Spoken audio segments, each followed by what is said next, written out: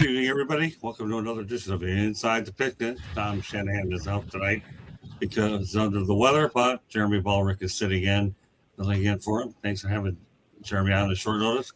We introduce the crew. We have a lot to get to tonight. We have Stephen Reichel. Okay, what's up, Mr. Stephen? I'm pumped. It's fight week. It's fight week here in Philadelphia. What are you talking about? Yeah, what are you talking about? Okay. Got Eddie Prather in the chat room. Glad to have Eddie in there. We got Folk and Jeremy B and Candy from Fire Up. They're you both fired up. They are. We're both fired up. Yeah, sure. Yeah, let's go. And we got Melfar Jr. And we got Ben in that big hat of his. My God, that's a top hat. I'm just here so I don't get fined.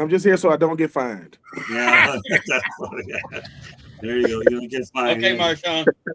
Yeah, that's it. And last but not least, Marvin Powell III. Do I drag him all over? He'll be a bodyguard when it comes in, being in July when I go after that North Carolina State football coach. So that'll be his latest responsibility when I get done with poking that bear or wolf pack. I'm the one that pokes the bears here. What are you doing? Oh, wait till I get done with this clown. But we'll leave that for another day. But anyways, let's get to a lot to get to today with what voice I have. And then if I lose my voice, I'm sure there's 6 other people that'll be more than happy to pick it up. All right, we're going to go right to the transfer portal. This isn't fun. This is a real problem here. The portal players are asking to return they're actually getting screwed by their agents who actually want to go back to their old schools, and those spots are already filled. So get this, as of January 16th, there were 10,576 players across all levels in the portal, and 6,846 are still looking for a team. Steven, there's only one word I can say for that. Ouch. No, there's another one, stupidity. That too. All right, listen. We get everyone wants to maximize their opportunities. I still say we need some better guardrails in place when it comes to the transfer portal, and I'm sure we'll get there at some point in time. Unless there's a coach change, or if they bring in a recruit and he's taken your spot where you're supposed to be, and just there's not a plan for you moving forward.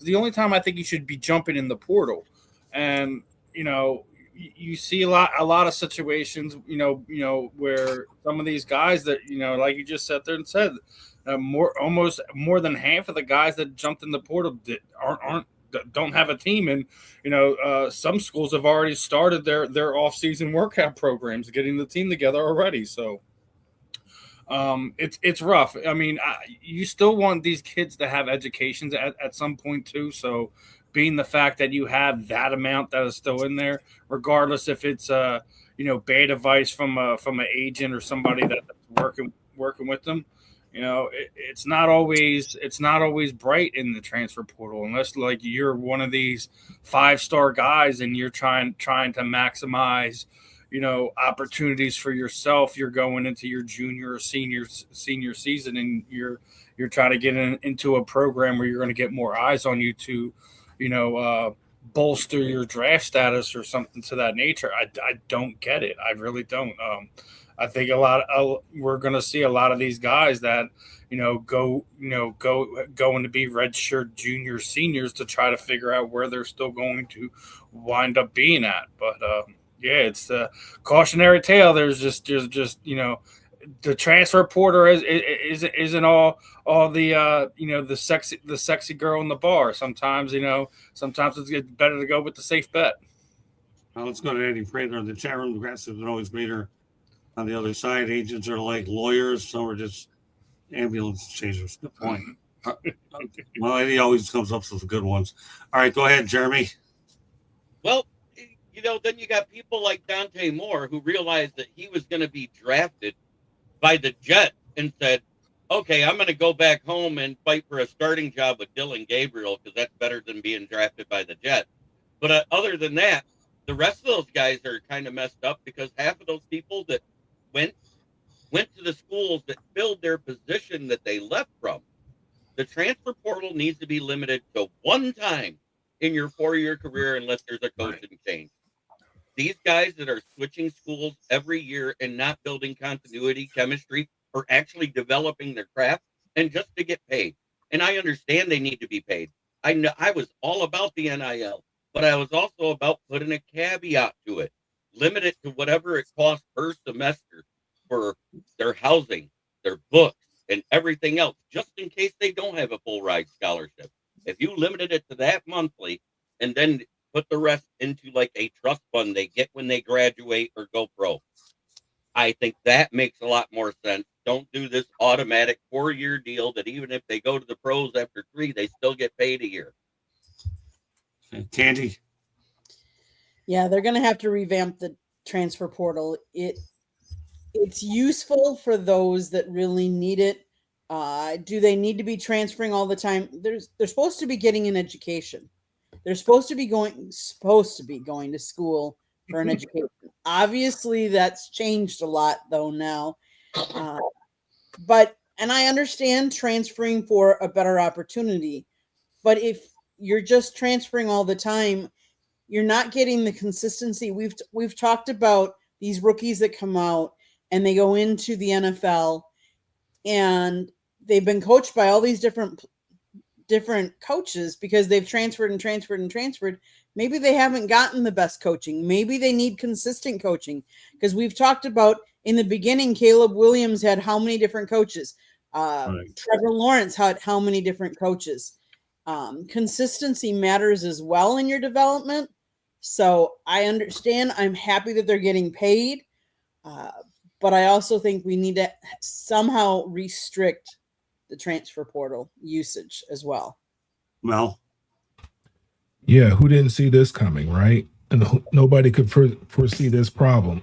We've been talking about this problem. John Calipari has been, he's been talking about this for the longest time. He thinks he has a solution because he really cares about the kids. I really believe that he cares about the kids. But this problem is not going to get fixed because of the reason that everybody thinks it should get fixed. It's not.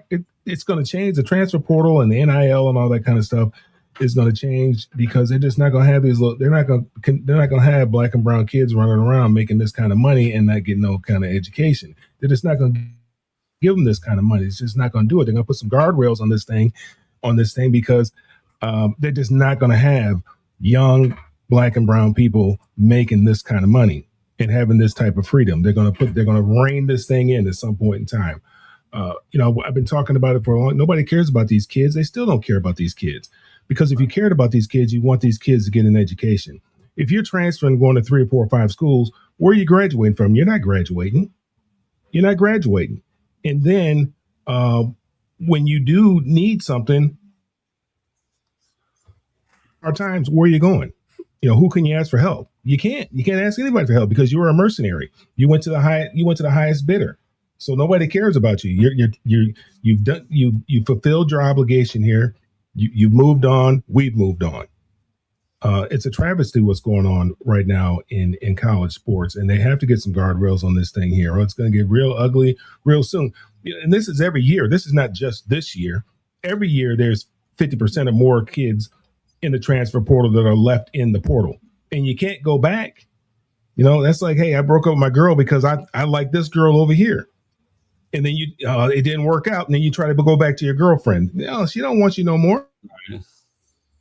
She don't move. So it's ugly. It's real ugly. Okay, Ben. I mean, yeah, I agree with Mel. This is going to happen. But what else do you expect? I mean, you're giving these young people money, right? You making sure that they going to the highest bidder. There is no loyalty in college football. Coaches ain't got no loyalty in college football. Right. Why is Lane Kiffin the second highest paid coach in college football? Based off of what? You mean to tell me Lane Kiffin could be the second highest? Lane Kiffin, he hit the transfer portal too, didn't he? He went to LSU, didn't he? He went to the highest bidder. Everything that a player does, he's watching the coach do it. You mean to tell me Curt Smart has won all these SEC championships? Won 2 back-to-back championships, and the guy that makes $1,000 less than him is a guy that ain't never won anything. Lane Kiffin has never won anything. So, do I think it is a problem? Yes. But the NCAA has never done anything for players. Never. Not in the history. And this is proving it. They sat on their hands when they knew this was coming. They waiting on everybody else to do it. If you want to put guard, here's the thing though. I don't want to see no restriction on no players if there ain't no restriction on no coaches now. If players get one transfer, coaches, you can't be Lincoln Riley. You got to stay at Oklahoma. You can't just go to SC because they give you more money. You can't do that. But you know what? But they ain't going to put no restriction on no coaches. And these players are saying, look, 99.9% of us ain't going pro. What? And if you wanted players to care about education, right, you shouldn't get their head coaches 10 million, 15, whatever it is. Education, man, I'm here on an athletic scholarship. And you think my coach care about that I'm a Rhodes Scholar? No. He want me to knock this dude out in front of me. Like, hey, coach, man, I think I got a shot to go to Yale as a graduate in a graduate school. Yeah, well, you better make that tackle this weekend. You better do that. So there's just different conversations going on. I don't know what the answer is, but John Calipari is not the savior. Absolutely not. I don't care what John Calipari say. Nope. Because John Calipari benefits. You talking about John Calipari? Who leaves Kentucky basketball to go to Arkansas? Nobody. Nobody does that. You think we crazy, John? You left Kentucky, the blue blood of all blue bloods, to go to Fayetteville, Arkansas, or Little Rock?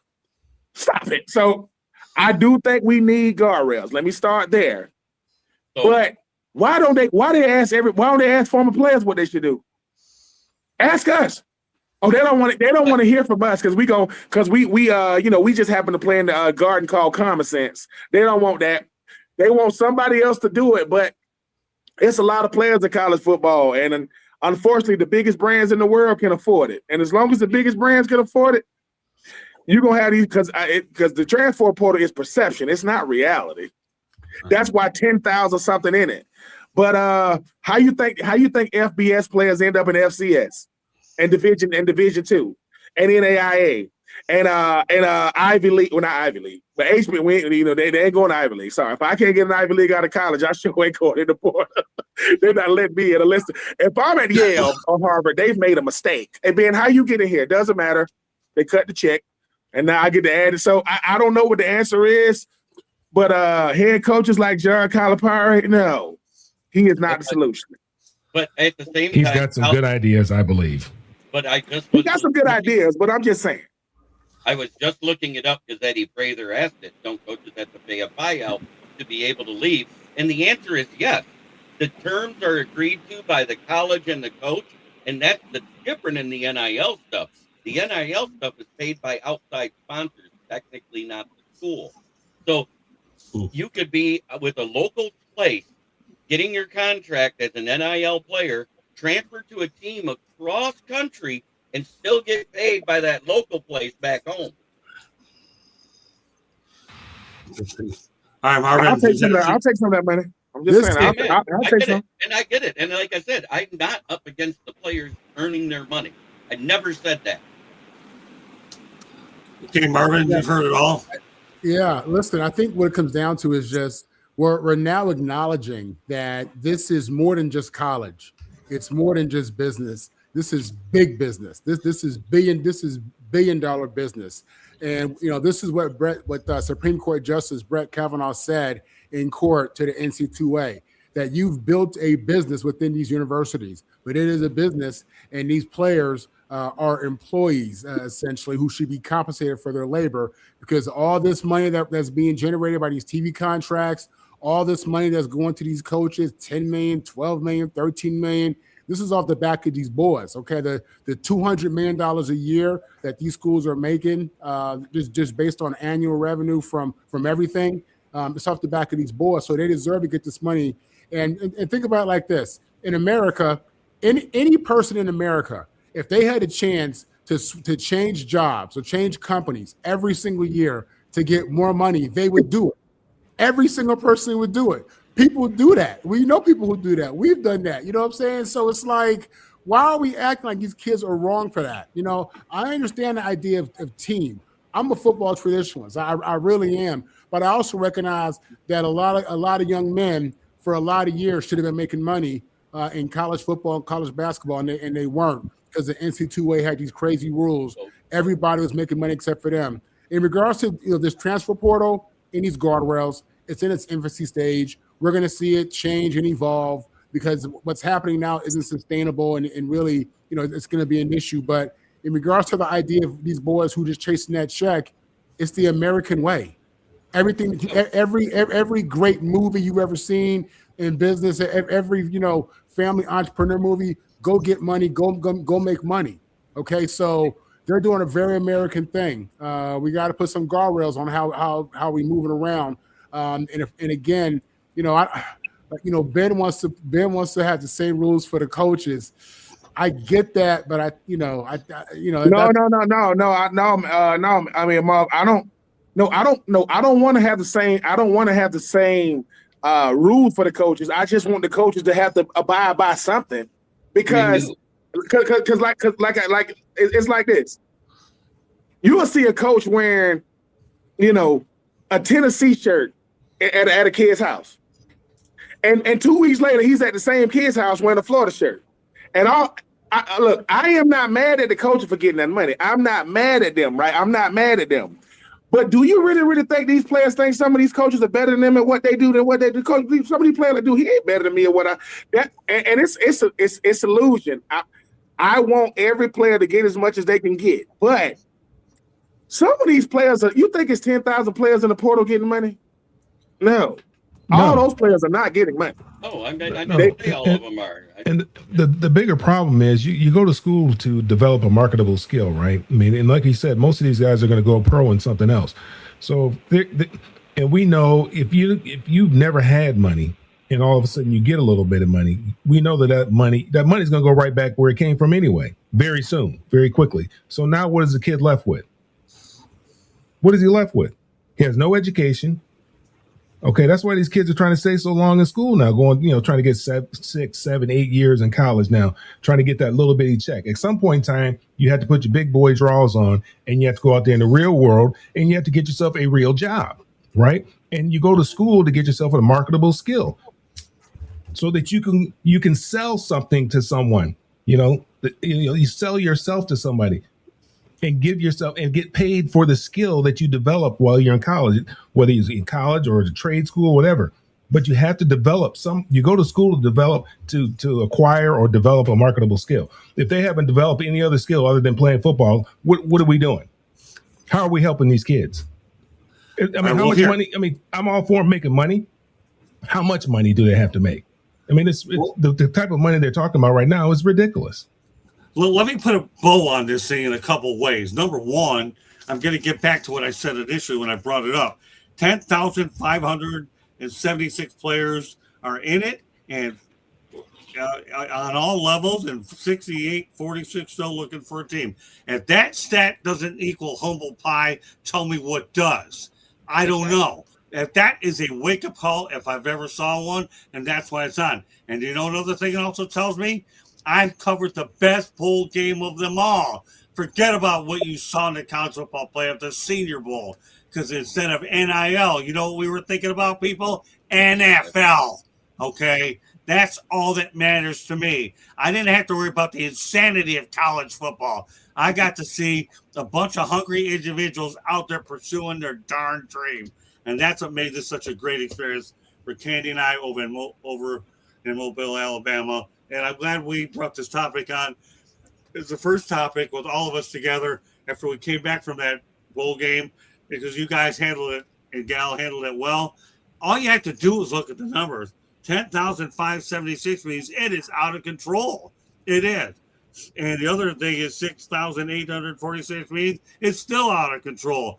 The only way that you can change that number a little is if you know you're a prospect, you've already made contact with a place that's going to take you, then you make the move and plan on it as a one-time shot. And I'll get into some of those prospects later on, but I'm glad that does anybody else have anything to say about it? I want to make sure I got those 2 points before we move on to the next topic. Jeremy, is there one thing you wanted to say to it? I just wanted to add, I still think they need to have to go back to making them sit out a year.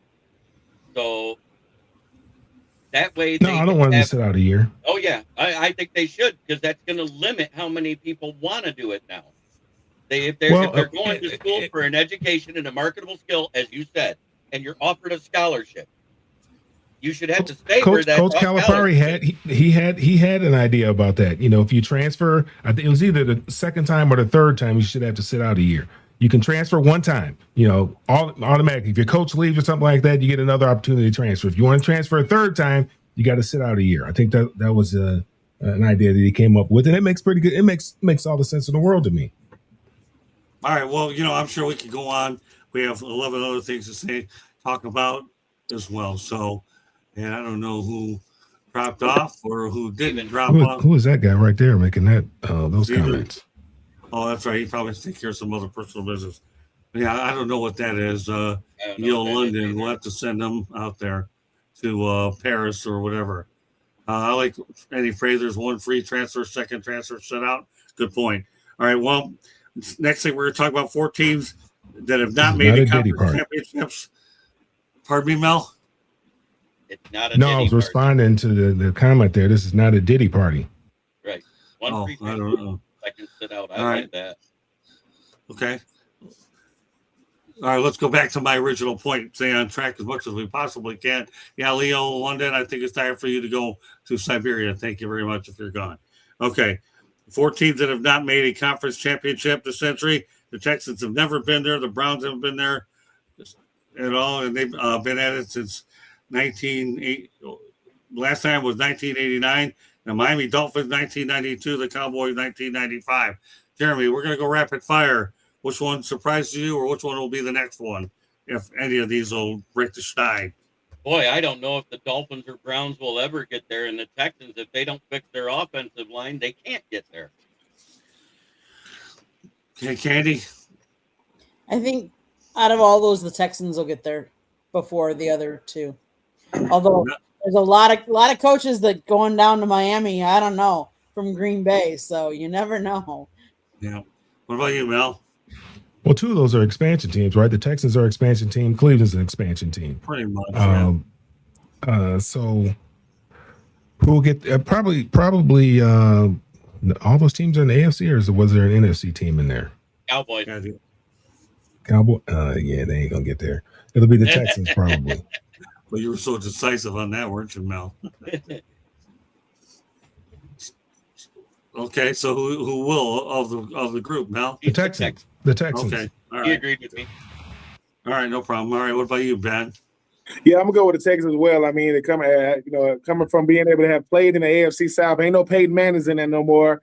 I mean, the Jacksonville Jaguars are chaotic. The Colts can't seem to figure out what to do since Andrew Luck is no longer the quarterback, and I know that Robert Seeley just got there to with the Titans. But yeah, it's the Texans. I think the Browns are the only difference in the Browns and the Bengals is the location in the same state. I mean, it ain't much different than maybe the colors. Ain't much different than the Browns and the Bengals.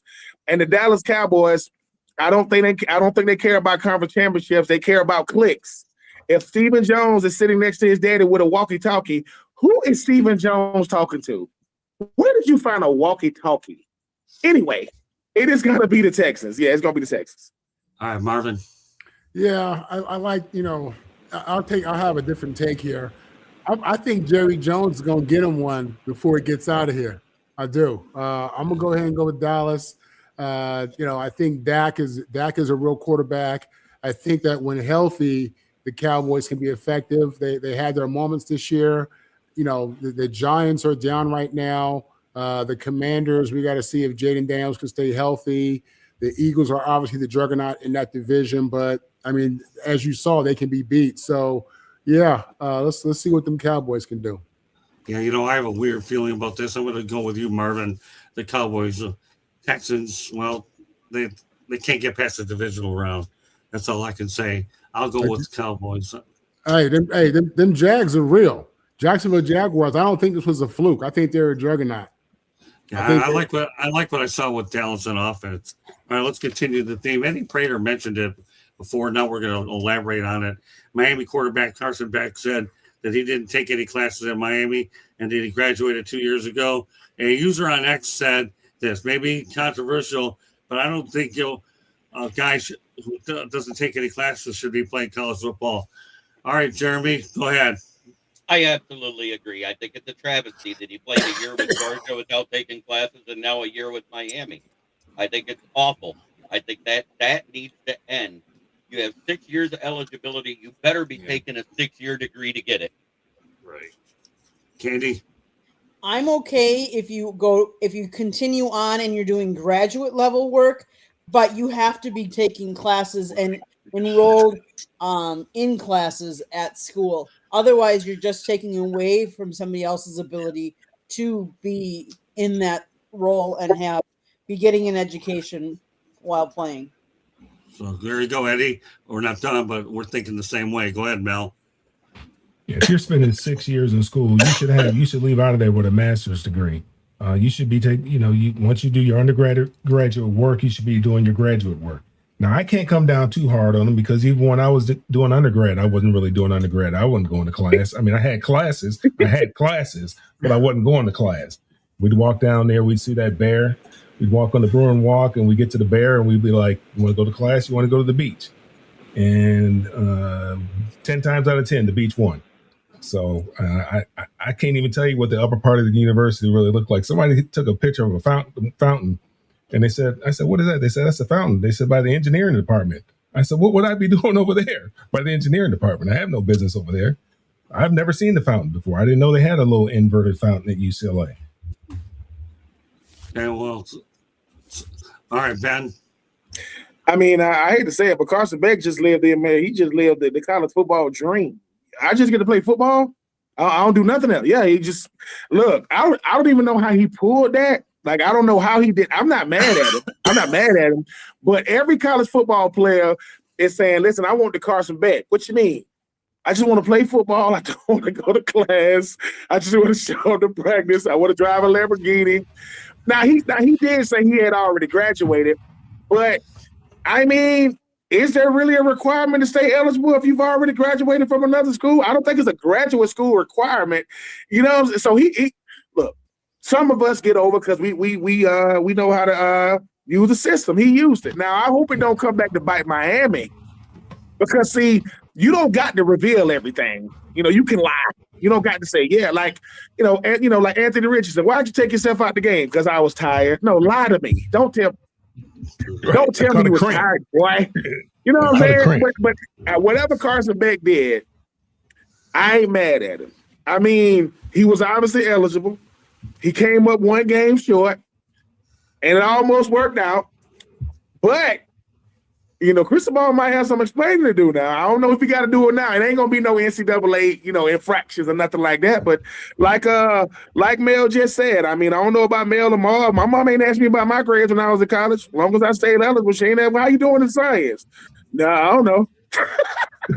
I mean, listen, Mama, if I didn't get valedictorian, I'm not getting cum laude either, whatever you call it. I was in position to get none of those. I thought cum laude, was some type of, food or something. I was like, "What is that?" Cum laude. Like, is that a restaurant? No, that's when you, nope. I don't even know if I'm saying it right. Cum laude, I don't know. I don't even know what they are. So any football player that say he went to school because he loved football, because he loved academics, he ain't that good of a football player. I guarantee you. He good, but he ain't as good as he could be. So that guy the strongest guy on the team that can lift 700 pounds, he don't play. He got chalk all on his face in the weight room. He don't play. So Carson, do your thing, young man. Stay with whoever stole your Lamborghini. Stay out that area of Miami. Stay in South Beach. Don't go to Hialeah or wherever. Was it Carroll City? Stay away from. But I'm not mad at him, man. I mean, that man played football in Coral Gables and didn't have to go to class. That's a 30 for 30. That's a football story. I want to see that. Well, I'm jealous of that. I'll take that. That's an inside the Pigskin story, and you better start. That's what I'm saying. You better start. Listen, I'm telling you right now, I'm poking that bear here. You better start endorsing the show more often inside the Pigskin, because that's who you represent on this network. All right, Ben? I don't mind being a little bit down chulo where I can acclimate the ideas from you guys poking the bear, but inside the Pigskin should be on the inside of your top hat here. You don't have to. We don't want to mess up the white side of your hat on the outside. Inside the Pigskin, okay? Make sure you're talking about our show as well as the fan in the end. Okay, but I enjoyed that comment anyway. Just make sure you guys are watching. Listen, Inside the Pigskin every Tuesday night. From 8:30 to 10:30. We got an all-star cast. With Scott. There you go. He's getting it figured out politically. Let's do it, baby. Let's do it. Carson Beck, you did your thing, sir. I'm not mad at you. But I am happy that Miami didn't win the championship. Not because of you, Carson. I don't want to deal with the Miami fans. They live in a little bit of delusion. Yes, I went to Florida. We didn't make a bowl game. Who am I to talk? But we don't need them people down there in Miami. You haven't won a national championship since 2001. Your last great quarterback name was Ken Dorsey. I'm just saying, love Cam Ward, love Carson Beck. But I think Uncle Luke and y'all need to pipe down some down there in Miami. Like, just come on, man. Like, calm that stuff down. Oh, man. There's a reason why we keep you on this show, because of your candor anyways. All right. Did you say you never went to a bowl game? Just make sure you advertise the brand right. Whoa. What'd you say, man? You said you never went to a bowl game? No. I said my Gators didn't go to a bowl game this year. We didn't make a bowl game. And I know we probably got some Florida State people in here. The audacity of y'all to win 5 games and get invited to a bowl game and say no. You're in no position to say no. We're not going to go because you was going to lose. So for people that saying, hey, Ben, at least Florida State made a bowl game, they didn't. They got invited. They won 5 games, and we won 4. So we had 9 wins together. Florida State won 9 games in 2025. So you just needed one more of those bowl teams to say they weren't going to a bowl game to get invited, is what you're saying, Ben. I know. What I'm saying is Mike Norvell went undefeated 2 years ago, and since then he's won 7 games. He's won 7 games in 2 years. That's all I'm saying. All right, Marvin, you got the last word on this while you can get it. Yeah, first, listen, let me address Mel's comment on not going to class. Mel, that explains a lot, man. I wish you would have told me that at the beginning of our relationship, because now I get it. I get it now. Okay. Never moving forward. Listen. What would have changed? Right. Information is power, man. Hey,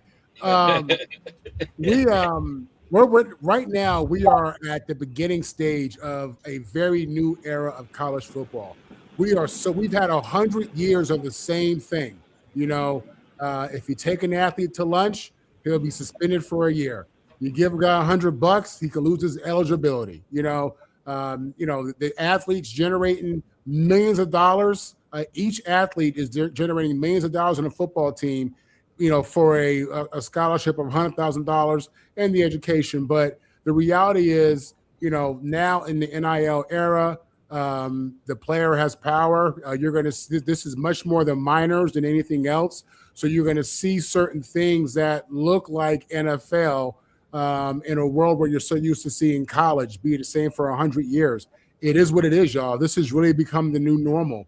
If a guy gets his degree, if he has his degree and he has another year or two of eligibility, they're going to let him play. He's the Carson Beck. This is what it is. You know what I'm saying? And listen, it's a struggle because people can't deal with change. That's just what it is. But again, new day, hard transition for a lot of football purists, football traditionalists, and get used to seeing things that we're not used to seeing, y'all, in a day where players are going to have power and players do have power.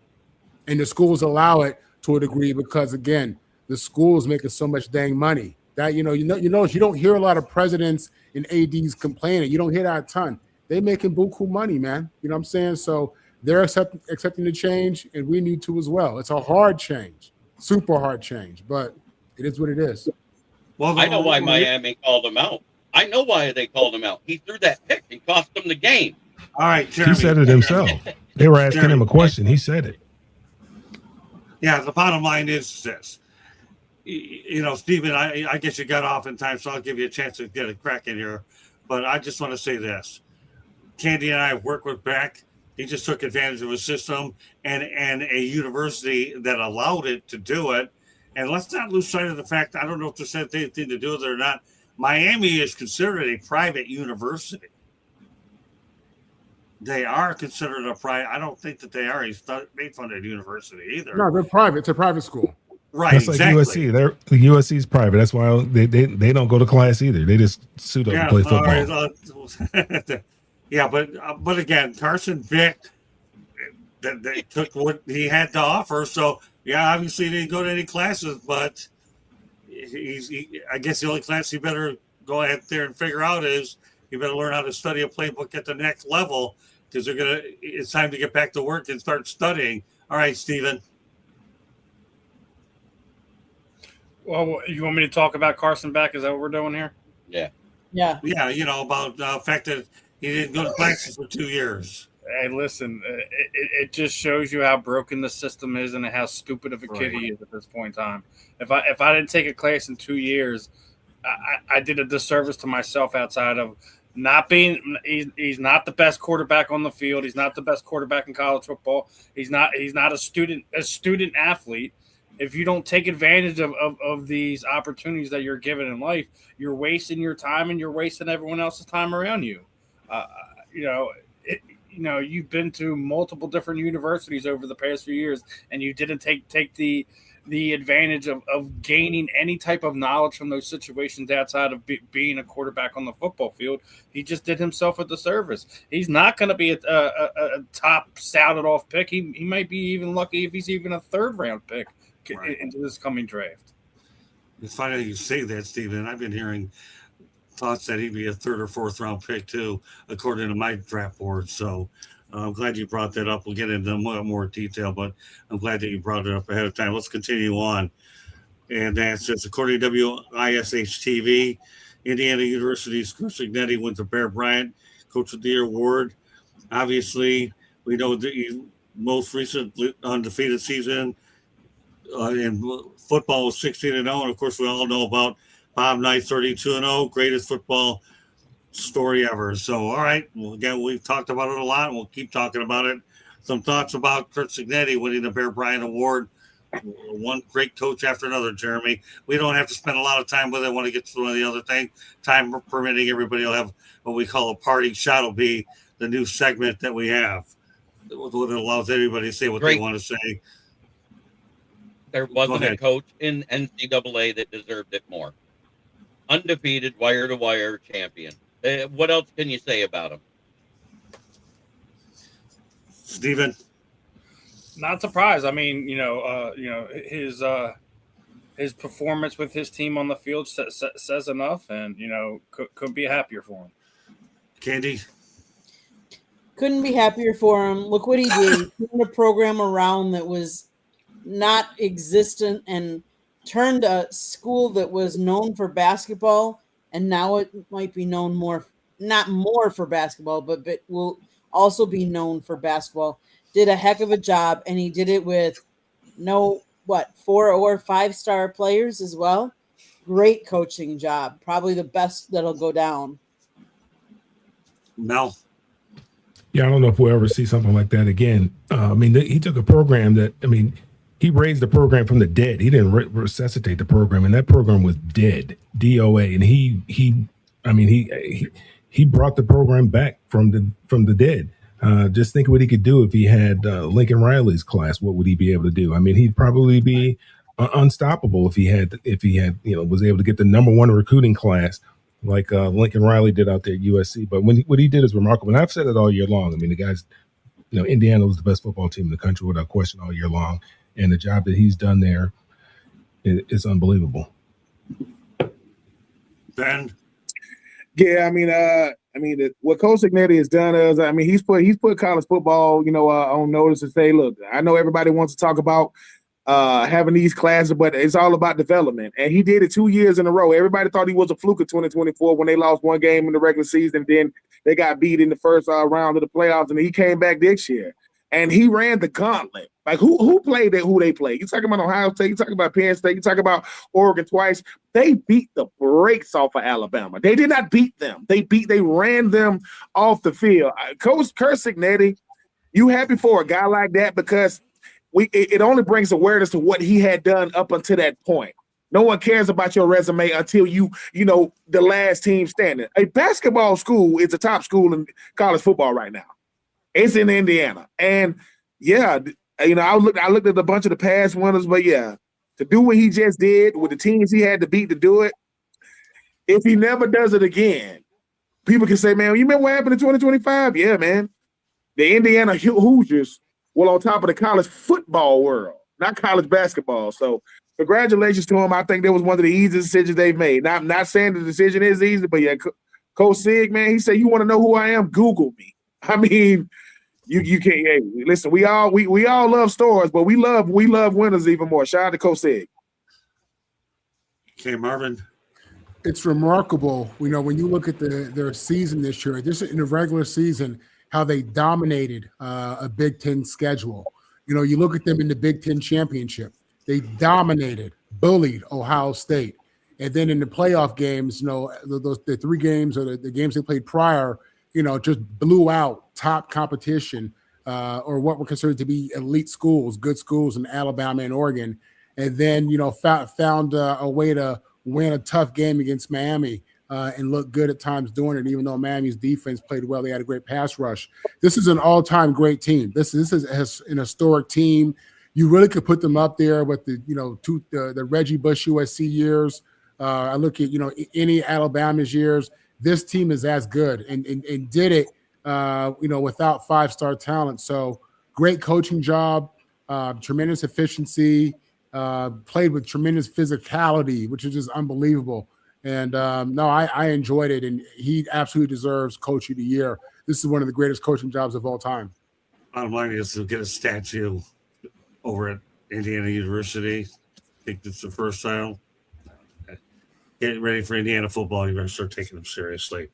Okay, well, let's talk about a guy going to a familiar place. His name is Eric Bienemy, as he's been hired as offensive coordinator for the Kansas City Chiefs. Prior to that, he had sits with the Washington Commanders, UCLA Bruins, and the Bears.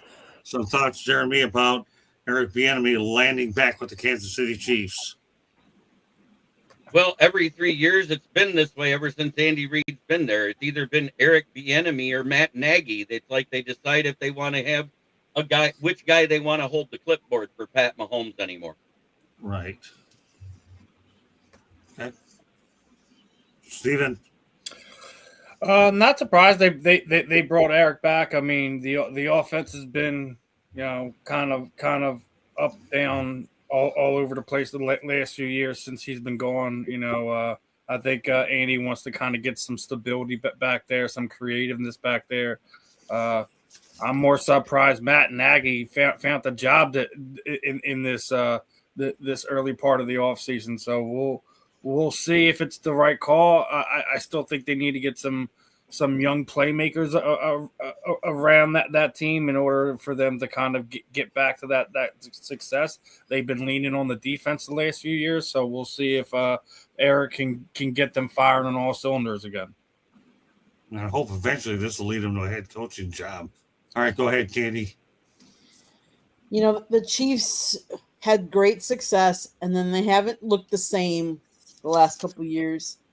Smart decision to bring back the guy that led them to much of their success and developed a lot of their star players. So smart decision for Kansas City. Well, yeah, I mean, I think it's a great opportunity for Eric. I mean, it worked out well for him. He wanted to go out on his own, venture out on his own, because he wanted to show that he had the goods to be a head coach, and things didn't work out in that area. He wasn't able to get a head coaching job. And you look here, 1/3 of the league turned over, and there was not one African-American head coach that was named that got a job this particular hiring session. 1/3 of the league turned over, and there was not one black head coach that was hired. So it's interesting. Yeah, it really is an absolute joke at this point in time, right, my friends? And it's funny you mentioned that, Mel. We will probably talk about that on next week's edition of Inside the Pigskin, but I'm glad you made light of it now. Makes you wonder what the Rudy Rule is all about. Not for tonight, though. All right, go ahead, Dan. The Rudy Rule is well, number one, I think that Patrick Mahomes, he looked around and said, look, Big Red, I realized we won 2 Super Bowls with him and 1 Super Bowl without him. We were very, very efficient. And I think something else is brewing. if Andy Reid is making room for Eric Bienemy to be the next head coach of the Kansas City Chiefs, it will be one of the greatest things he's done as a coach. Because I remember when Eric Bienemy was the hottest offensive coordinator in football, right? And no one wanted to hire him. I wonder why. God, I cannot figure out why they didn't want Eric Bienemy. I just can't put my finger on it. I don't get it. But you know what? I'm going to interrupt you here. I'm going to interrupt you because you're really onto something, and then you can continue. All right. I'm with you on this one. Now you got my instincts turning, okay, and that's dangerous, okay, Ben. You said a mouthful here. This makes Pop Rocks look like nothing, okay, for those of you that remember them. You are so dead accurate. I remember when Bruce Arians set the table for Todd Bowles to take over, and what you just said here, Troop, is the same damn thing. I wouldn't be surprised if Andy Reid is using the same thing to get Eric Bienemy a job with Kansas City. All right, continue, Ben. You got me going. I hope that's what. I hope that's what he's doing. But here's my thing, right? And I know Marv and Mel can speak to this as well, right? While I appreciate Art Rooney and the Rooneys, I don't like it when something has to be instituted for black guys to get head coaching opportunities because it makes it look like, hey, dude, can we get them without it? No, because you ain't getting it with it. You're still not getting opportunities with it. And I'm gonna keep saying this. I know, do not hire me as a head coach because I got melanin in my skin. Just don't not hire me because of it. Like, don't hire me because of it. Just don't not hire me, because I think what's happening is in a situation like Eric Bienemy is, right? I thought the goal was become a big-time coordinator on offense or defense, and you get a head coaching job. I thought that's how you became head or have a famous daddy that either coached or played, like the Kubiaks. Their daddy was he's a head coach, but he stuff like that. So I think that Patrick Mahomes went to Andy Reid and said, "Man, I need Eric back." Like, dude, it ain't. If we're not gonna win, I at least want to look good. Not winning, we don't even look like ourselves anymore. Now we dealing with it, because let's face it. Patrick Mahomes is still obviously one of the faces of the National Football League, but he hasn't been himself. So I hope that Andy Reid is setting something up like that. I think he has enough cachet, and I think that ownership with the Chiefs respect him enough to bring Eric Bienemy in. And I just don't get it, though. These hiring cycles, they come and go. And you just be like, all right. I mean, Van Joseph and all these guys that's been coaching really, really well. Brian Flores. Right. Who's better at calling defense? They recycle guys, man. Guys with losing jobs. I'm going to say this again. I don't know how to day trade and all that kind of stuff, but Mel, Marv, somebody going to do something crazy. Like, let us get, like a small minority ownership in a team, right? And I just want to sit in these meeting rooms and see, because is it true that the Miami Dolphins hired Troy Aikman to help them find a coach? What do Troy Aikman know about? I said, wait a minute. What? So Dan Marino said, who can help us find a coach? Troy Aikman. You talking about the guy that's on there with Joe Buck? Yeah. What would he know about finding a coach? He's Troy Aikman. And so I just want to be in these meeting rooms. Troy's always wanted to do that. Listen, look, Mel, I want to do that too. I could have helped Cleveland find a coach. I can't do no worse. I could go in there and say, but here's you have to understand. Here's you have to understand. Troy's in a lot of production meetings with a lot of these different people, so he does have a feel for a lot of different people because of his job. He gets to talk to a lot of different people. So I mean, I understand it from that point. Now, as far as what does he, what does he know that somebody else doesn't know that maybe you or I don't know? I don't know. As far as business wise is concerned, I don't know. But he does have those relationships, and he does have the opportunity. He has access. He has access where he spent a lot of time with these people. He's able to talk X's and O's with them and so forth and so on during production meetings. So he gets a feel for people. That's all I can say about that. Yeah, but at the same time, too, though, Mel, I mean, think about this, though. I mean, Matt Ryan just got hired to be the president with Atlanta Falcons. What experience would Matt Ryan have? None. I don't know. And so all I'm saying is, when we are the owners, We make the decision. Well, Hey, man, who you but want? we don't know. I mean, maybe Matt was with Arthur all the time while he was here. Who knows? I don't know. Maybe that was his son. He was walking. Maybe I don't know. We don't know what happens behind the closed doors. Remember, you said you like to be in one of those meetings. You like that. We don't know what's going on behind. Arthur Blank is one of the most respected owners in football. I wouldn't say his decisions have been the best. I mean, he hired Dan Quinn, right? I mean, and then you go get Raheem Morris, and while he might, and then you get Terry Fontenot. All I'm saying is, right, some of the, Detroit and Atlanta, them some of the blackest cities in America, right? You hire Matt Ryan to be your president. All I'm saying is there's a little tone deafness going on because what does Matt Ryan... Look, I could be 100%. I'm not saying you got to go out there and get somebody else. What I am saying, when you start talking about a city like Atlanta, and you start talking about the way they treat the fan base in Atlanta is they'll say, well, the reason why the fans ain't is because of where Mercedes-Benz is and all these things. If you are an owner, you make the decision. We live with it. I don't think it's a perfect science to do it, but. When you start talking, if you don't think certain things happen because you're trying to appeal to a fan base, I think that's good marketing sometimes. It's the Atlanta Falcons. Are they going to the Super Bowl anytime soon and winning anything? I mean, I'm just saying, I hope that Eric Bienemy gets an opportunity to be a head coach only because he's earned it. Forget who he is. Look at what he's done. Had Michael Vick not had that little dogfight, little incident, he might have been up in there. Who?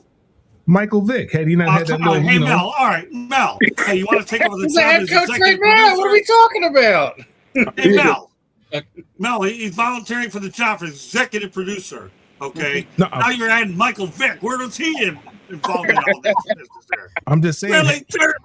Arthur Blank loved Michael Vick. He wheeled him out there in the wheelchair when he broke his ankle and all that kind of stuff. He loved Mike. He'd go over to the house all the time. We're talking about Eric Bienemy. We're not talking about Michael Vick. Well, he was talking about Matt Ryan, and so we just went to Michael Vick.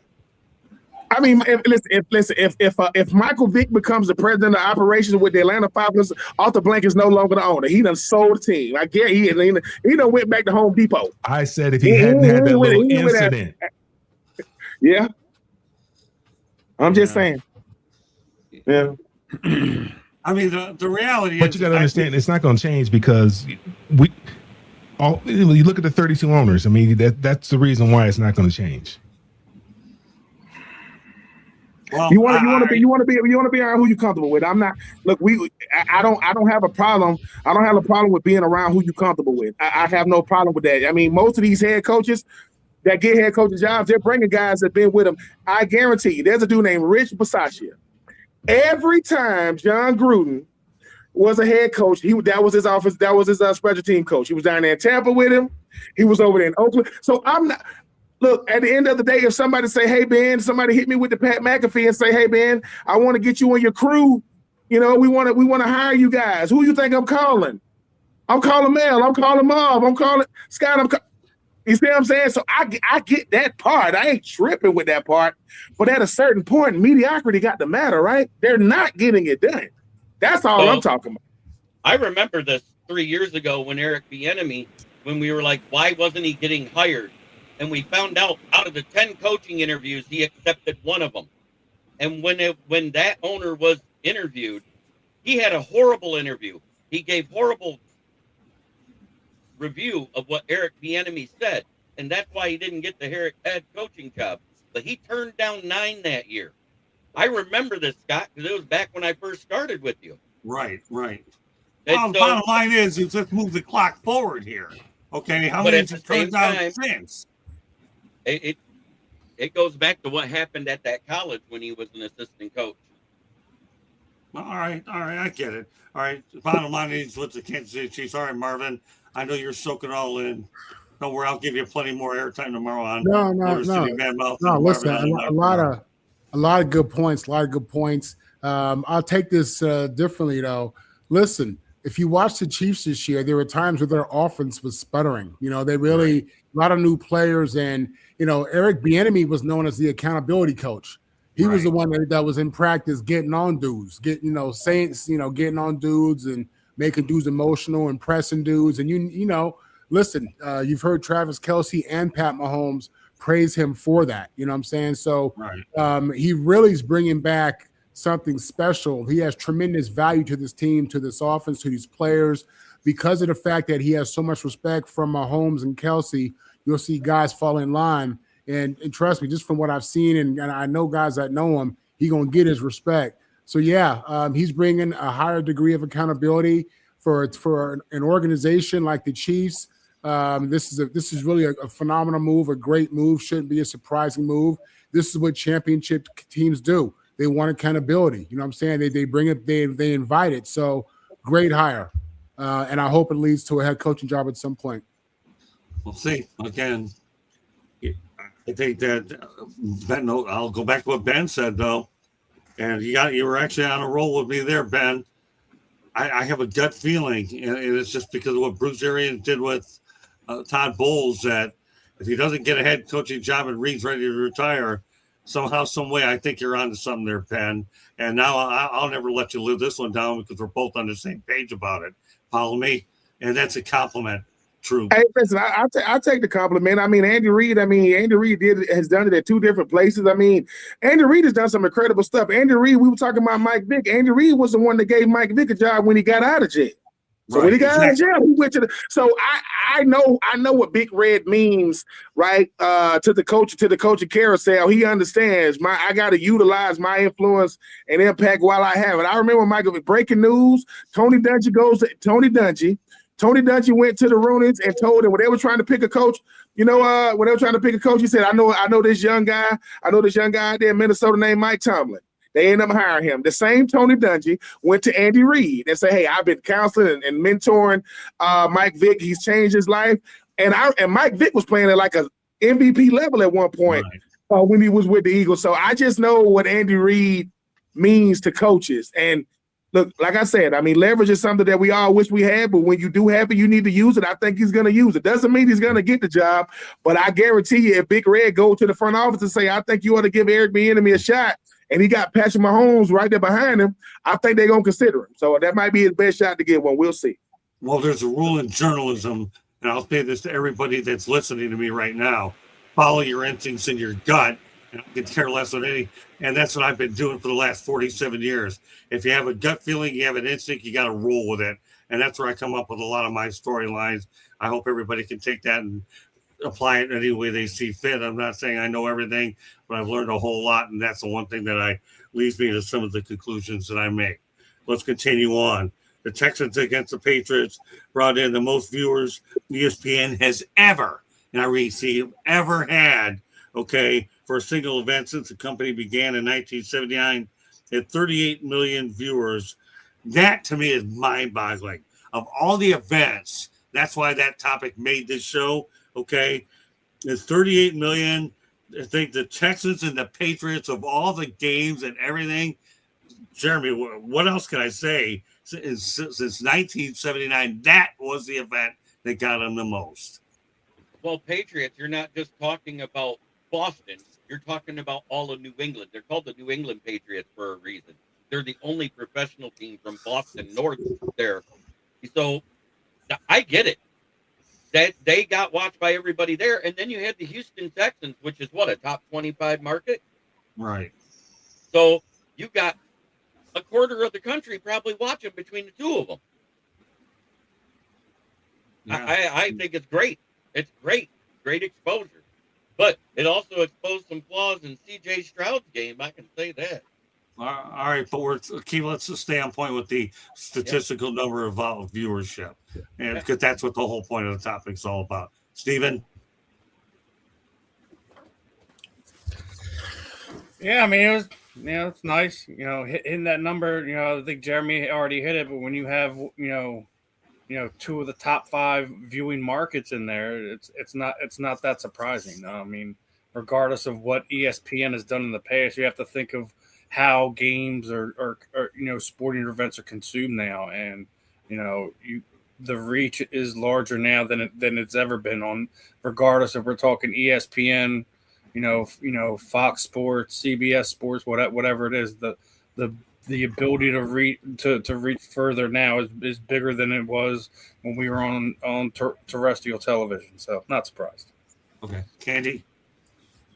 Not surprised. I mean, let's face it, there are fewer games going on, and so there are fewer other things to get in the way. Plus, you had two of the biggest media markets, or two of the top couple media markets as well. So, NFL is definitely marketed themselves well, and they're making lots of money. Mel. Yeah, it's just football flexing their muscles, showing how big and bad they are. You know, it doesn't surprise me. You know, football is king. Ben. It's weird. I mean, it's weird. I mean, you'll take it, but it's weird to say the least. I mean, if you would have told me that's going to be your highest viewed game, the Patriots and the Texans. I mean, I understand that. Yeah, I understand they view a market, but you just never know when it comes to these fans. I mean, you know, I know that I'm gonna stay away from the CJ Stroud game, but hey, man, this Patriots team, sometimes people hating you is a good thing too, because they want to watch you lose just as much as they want to see you win. So I know that the Patriots got a love-hate type relationship when it comes to fandom. I don't really know what a Houston Texans stand. I would have thought that maybe a Dallas Cowboy game would have been higher, but hey, man, that just shows what I know. I mean, 38, they said it peaked at like 44 million. $44 million viewers for a playoff game in the playoffs.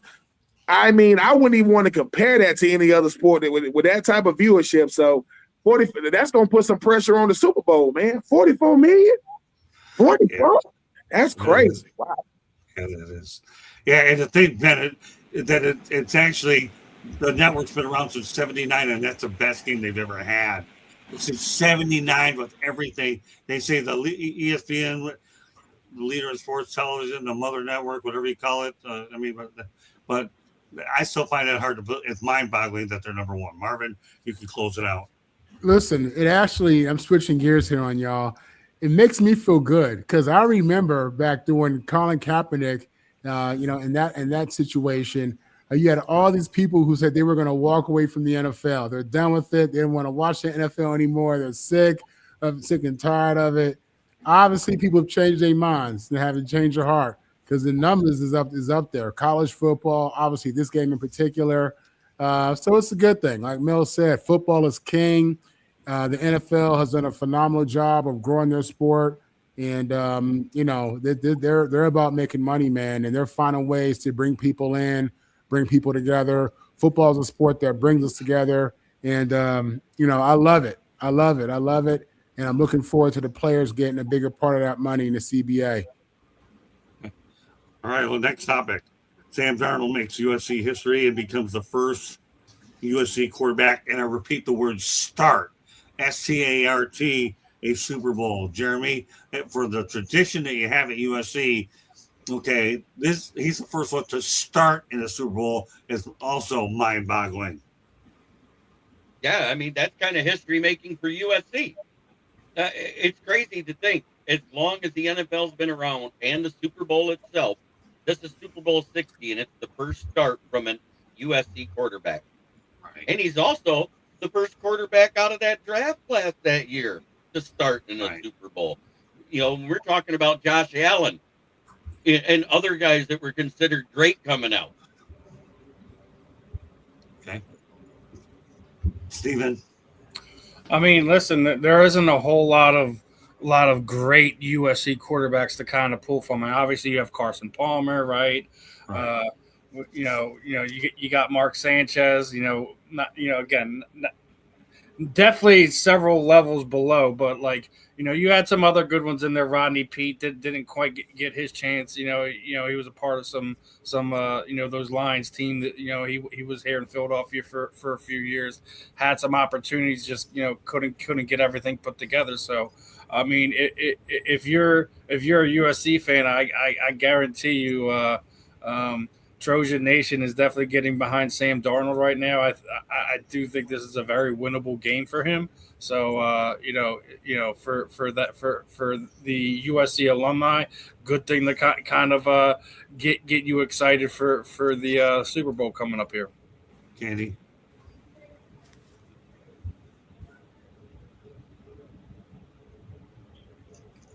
Candy.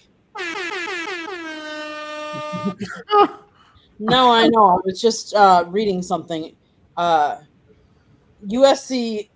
for Sam Darnold to go from where he has, it's just been pretty remarkable how he's gone from one team to another team, and to be the first USC quarterback in a long list of USC quarterbacks to start the Super Bowl is surprising to me. Mel, I know this one pains you. No, not at all. Not one bit. I mean, look here. I've been a person who said publicly that I never really cared for Sam Darnold, and I'll be the first one to say that I was wrong about him. I have a lot of respect for him and what he's done this year, how he's turned his career around. Obviously, it probably wasn't him. It was probably the places that he was in. So I don't have a problem whatsoever. I mean, we've had our share of Super Bowl moments. So I mean, the sun shines on the dog's behind every now and again, and Sunday is that day. And Yeah, I'm happy for Sam Darnold. I mean, if you would have told me that Sam Darnold was the first, really? I mean, you talk about Matt Leinart, Matt Barkley. I remember Matt Barkley. I mean, he was supposed to be. You talk about Caleb Williams, but Sam Darnold, I mean, third overall pick in that draft. He was not talked about enough because it was so many quarterbacks, right, in that draft. Lamar Jackson, I think, was pick number 32. I think they drafted back up in the first round. But that's why quarterbacking is not a perfect science. Sometimes it's scheme team, right? And you can go out there and do your thing. I mean, Sam Darnold started out with the Jets, and he went to Carolina, then he went to San Francisco, then he went to Minnesota. Now you see him. Sam Darnold is why you got to just give these quarterbacks time. Like, it ain't gonna just happen just cause. And I know RG3 had a lot to say about how he went down the list of quarterbacks saying, man, he made it to the Super Bowl before all these quarterbacks. And somebody said he made it before you too, RG3. He made it before. Don't leave yourself out because you was a number 2 overall pick. So I'm happy for Sam Darnold. I think the way in which he plays football and how his team just rallies around him. I mean, it helps when you got Kenneth Walker and JSN and those guys. But he's the guy. So I'm happy for him. And the Mark Sanchez's of the world, the Matt Barkleys, the Matt Leinarts, the Carson Palmers, they're gonna be watching, man, because just like Jalen Hurts is why Randall Cunningham and Donovan McNabb, those guys were saying, all right, somebody finally got a chance. Hey man, I didn't think it was gonna be Sam Darnold, but here we are, and we will save the best for last for one Marvin. But hey man, congrats to them Trojans. They finna add some more trash talking. They got all the Heismans. They got too many national championships to name. Now they got to potentially say Super Bowl MVP. Hey man, we'll see if it happens. okay, we'll turn over to Marvin. Great segue, Ben. Yeah, listen, responding to Stephen Rochelle's comments about not many USC quarterbacks, blah, blah, blah. Listen, we've had 3 Heisman Trophy winning quarterbacks, Matt Leinart, Caleb Williams, and Carson Palmer. We've had over 20 guys drafted at quarterback to the NFL in the modern era. And, we have a proud tradition of NFL quarterbacks, throughout the league's history. And Sam Darnold is the first of all these great players to start in a Super Bowl. And you guys are right. the Trojan family absolutely is supporting Sam Darnold. It's remarkable to think that he's the first when you think about all the guys who've had stints in the NFL, even if they weren't long careers. A lot of guys have started in the NFL from SC. So, yeah, this is historic. It really is. And now the focus is, can he finish? Can he be the first to not only get there, but to win it? And I'm rooting for him. Yeah. Hard not to. Okay, let's continue on. One guy who's not too happy these days is former still technically the Cleveland Browns defensive coordinator, Jim Schwart, who was visibly upset and told coaches he won't be returning after he learned that they were hiring Todd Monken instead of him. He does have 2 years remaining on his contract, so he's technically employed. Jeremy, Jim Schwart, I know they can talk about his future destinations, but he's still technically employed by the Browns. Where do you see this one going? Do you think? Well, first of all, 2-part question. Do you think he should have been the Browns' new head coach? And second, where do you? Okay, go ahead. Simple answer is yes. He came out to the front office. He told them he wanted the job before they got anybody to even accept an interview from him. And lo and behold, the only one that accepted an interview was John Harbaugh's OC that didn't want to be an OC because he wanted to be a head coach. And that was the only invite he got. So he took the job, and he basically stole it. Jim Schwart feels like they pulled the rug out from under him. Okay. And I don't blame him a bit. Okay. Fair enough. Good insights. All right, Steven. I mean, it's sad, just to see what they're doing to this guy. He's paid his dues at this as point in time, and the fact that you go out and then hire someone, I don't blame him whatsoever. I mean, he's in as you said, like he's got 2 years under his contract, so he's in a unique situation. He's a Super Bowl winning defensive coordinator. He left here in Philadelphia because he knew he wasn't going to get a chance here. He winds up going to a couple different locations and settling there. I mean, you really got to think what the Browns ownership doing is when you alienate a guy like Jim Schwart, who's paid his dues at this point in time. If you weren't going to hire him, you should have just let him go so he could potentially find a spot. Now he doesn't have a chance to find a spot, so you kind of put him in a situation. So you would have to think that as an organization, they would block a lateral move, like if he's not going to be a head coach, which there isn't really any positions up unless someone else gets fired over here in the next couple of weeks. So he's in a real spot, and I don't blame him for being upset. I don't blame him for walking out, out of the facility. He's paid his dues. He deserves it. I don't know why you do something like that to somebody like Jim Schwart. It's not like he's a 35, 36-year-old man that's just like, all right, well, I want my opportunity then. He's paid his dues. He's been on bad teams. He's coached bad teams. So and he's been on winning teams. So he knows what a winning team looks like. So let him get the chance to kind of put it together. I think he's already went through the trials and tribulations of it. So, and let's be real, like the Cleveland Browns defense has been the only thing worth talking about in Cleveland the last handful of years. Regardless of if it was just Myles Garrett, the freak wonder edge rusher down there or not, it's just a bad look. And Cleveland once again finds a way to punch themselves in the face. Judy, he was a head coach. Yes, back in the day, and did he have a lot of success with the Lions? No. So some coaches are better as defensive coaches or coordinators. Some are better as head coaches. Sometimes it really depends on the situation that you're going to. And do I think he deserved the head coaching job? Sure. He didn't even look, did he? No, he didn't see it. Mel, look up. Where'd you find that at? Had it made. Oh, okay. All right, continue on, Candy. So I think sometimes coaches, they're better at the coordinator than they might be at the head coach.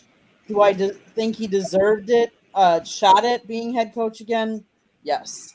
Do I think the timing stinks? Yes, because a lot of the other spots are already taken.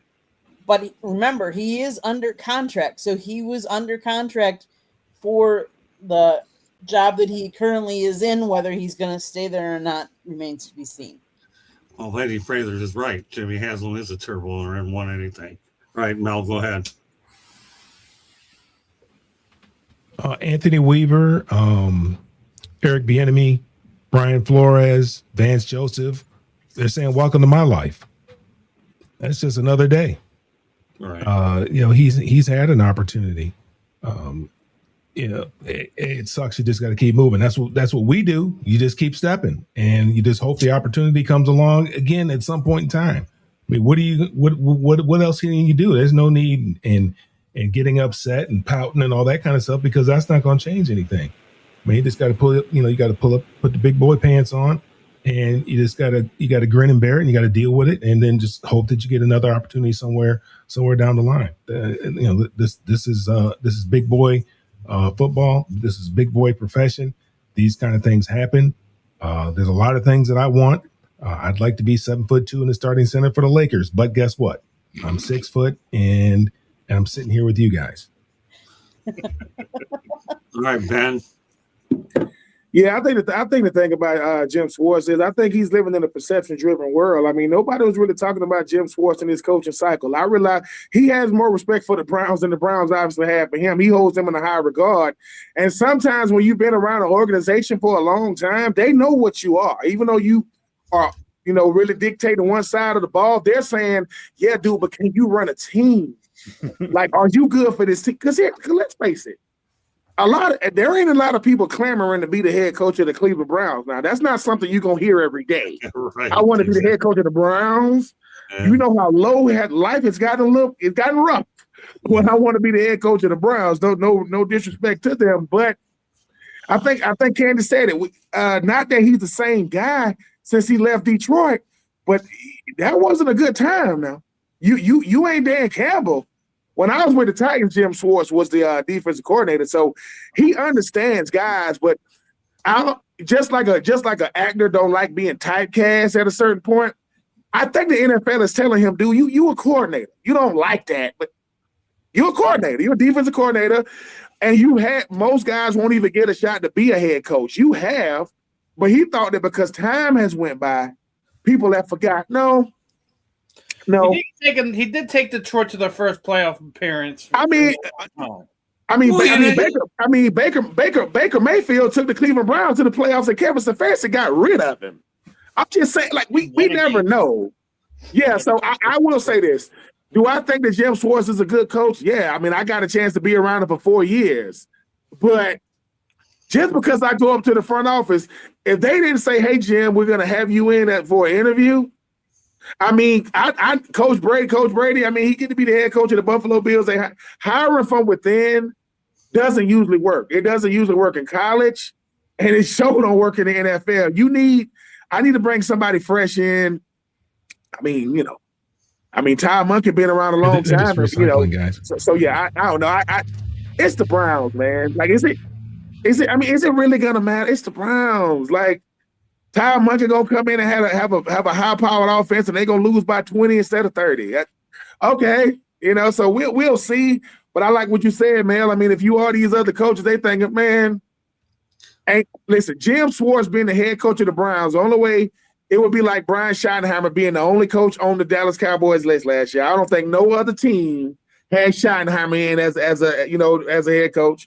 Hey, man, hopefully he'll get another opportunity, but it's a lot of worse things in life than to be $1 million paid a defensive coordinator in the NFL. I mean, I know you want to run a team, but he'll be all right. And while he's getting ready to leave the last 2 years, he better make sure he got something else set up. Because I know Mrs. Schwartz don't like that. Like she's like, what the hell you mean? We ain't gonna do this. Right. Better get right. Well, the bottom line is he inherited an 0-16 Lions team to begin with. What do you expect? And he got it respectable for a couple of years. So it's not like he did bad work there. Problem is, when Lions head coaches leave, they don't get another job, and that's really the curse that you have there. But I breathe it, and he wanted to go to retire. Job. How many people turned the darn thing down, and he wanted it? I'll go back to what you said there, Mel. All right, Marvin. It's audacity. I mean, I'm not saying the Browns ain't in the wrong too now. I mean, think about this. I think that's what it was. Jim Schwartz goes upstairs. That's a lot of ego being put to the side to say, hey, man, I want to be the head coach now. We good. He's like this. Really?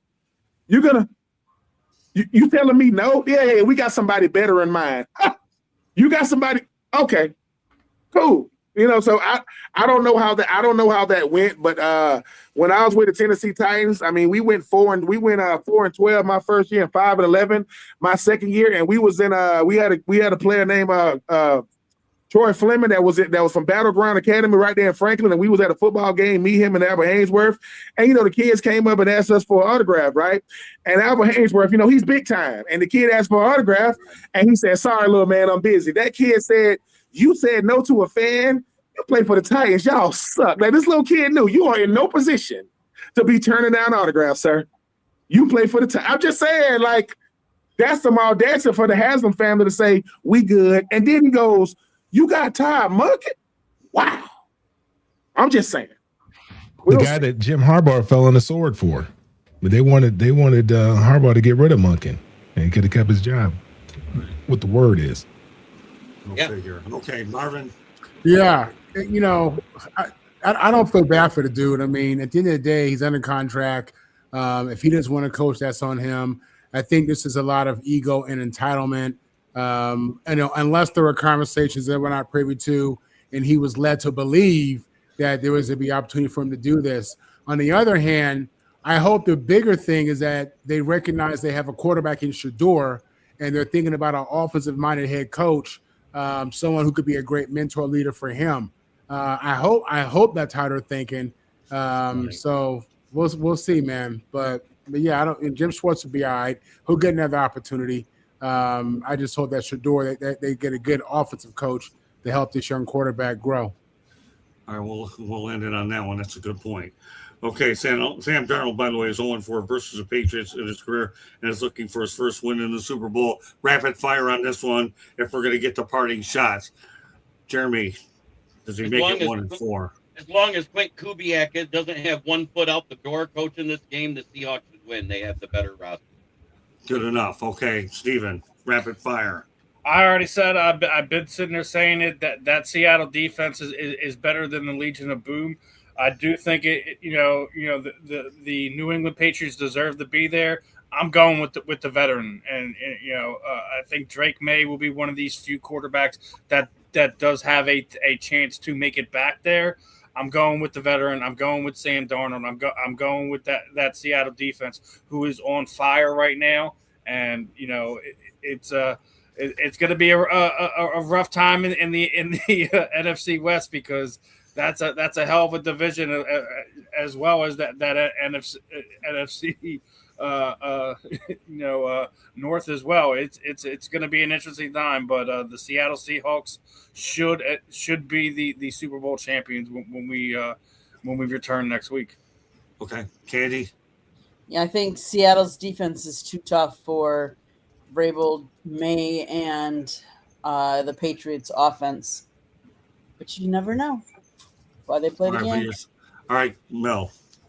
So you're asking us to pick the winner of the game? Is that what the question more or is? less. Yeah, I mean, the bottom line is Sam Darnold's 0-4. Will he be 1-4? Yes or no? He's 0-4 in what?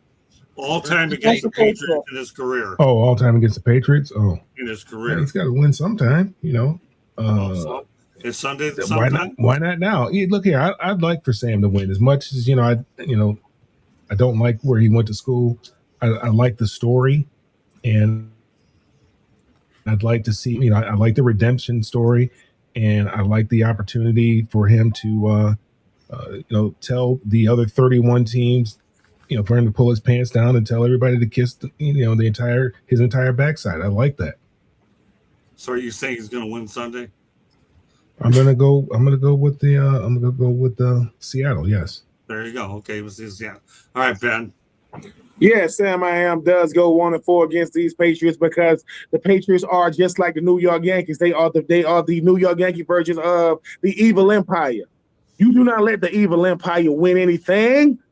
Come on, yeah, Sam gets his first Super Duper Bowl, and I'm looking forward to seeing him doing it. I'm looking forward to seeing Mike Vrabel and Drake May and Mr.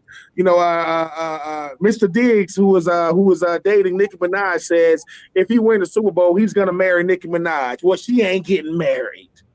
It's not happening, Diggs. Give me Sam Nicki Minaj.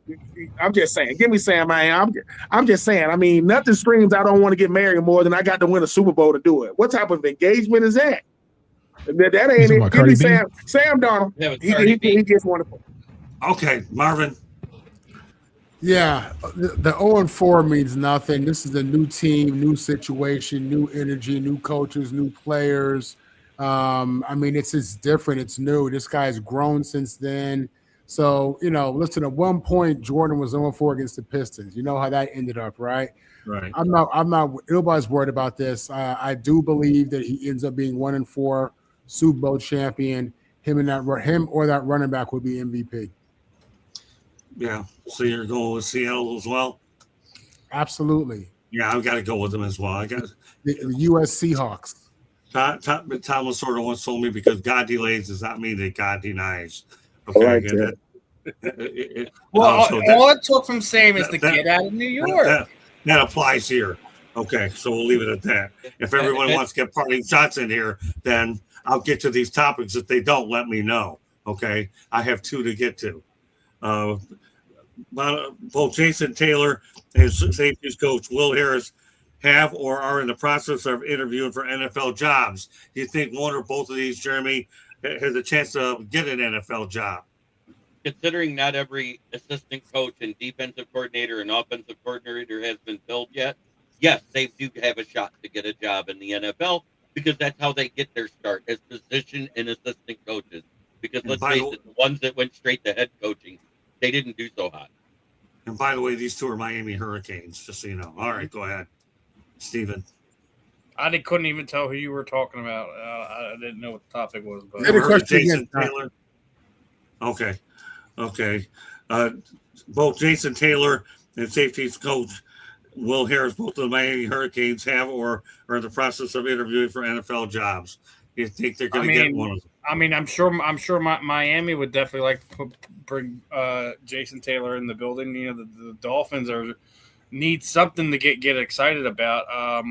I know he's been doing a lot of recruiting down there in Miami, so I'm not sure what position he would kind of be. I mean, there is still jobs available, but they're dwindling by the minute. You're giving me an over under if they will be hired. I mean, I would say that we're already more than 3/4 through the hiring cycle. I would probably say not this year, but I do think that both of them have opportunities over the next few years to potentially land somewhere in the NFL. Okay. Candy? I think one of them will land.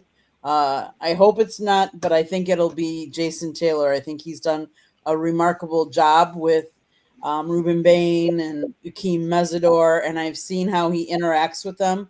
I think he will be hired. Fair enough. Of course, you and I are close to the situation. I'll say if anybody of the 2 gets hired, it's Jason Taylor for sure.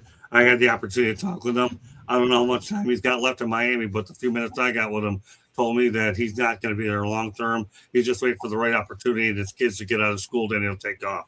All right, Mel. Which 2 guys are we referring to? Who are we talking about? Jason Taylor, Will Harris. Both of the Canes. Well, where is Will Harris coaching at? Miami. Oh, they're both coaching at Miami? Yeah. Yep. I'd probably say Jason Taylor would probably be the first one to get hired at some point in time. Okay, Ben. Yeah, I definitely think Jason Taylor get a shot. It's gonna depend on the head coach. He got to have a little cachet to be able to say, "Look, man, I'm breaking Jason Taylor, and you ain't gonna say a word." Like he's gonna be our D line coach or assistant. So yeah, I mean, Jason Taylor. I mean, you could do a lot worse than having a guy that has that much experience, and he's not just walking away from football. I mean, walking away from the NFL into coaching. He's coming from college. So he understands, and you want to have a coach who's old enough to know what these youngers be listening to on the radio, but old enough to say, all right, I don't listen to it, but I can resonate with these guys. So yeah, Jason Taylor, man. I mean, he's been doing it for a long time down there in the 305. I think somebody gonna give him a shot. Marvin. Jason Taylor did a phenomenal job with Miami defensive line, those defensive ends. Great teacher. He's done it at the highest level.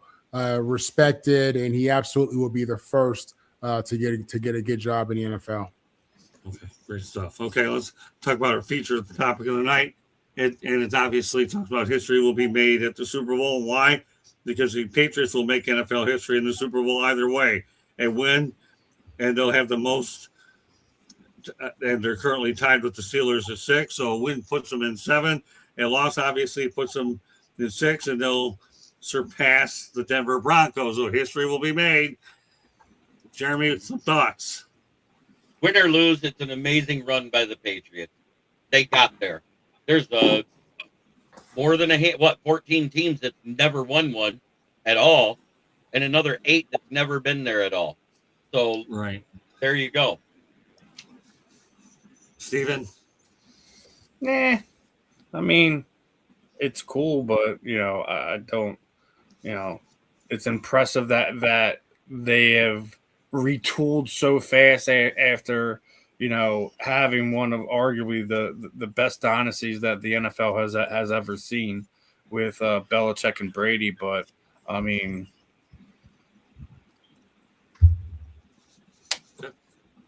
Candy?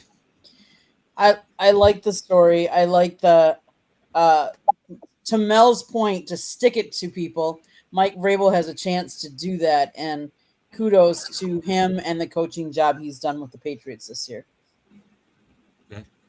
Well, right now, none of us predicted New England to win, so obviously, if they win, then we all look like idiots, but that's okay. I'd rather look like an idiot and they end up winning. So go ahead, Mel.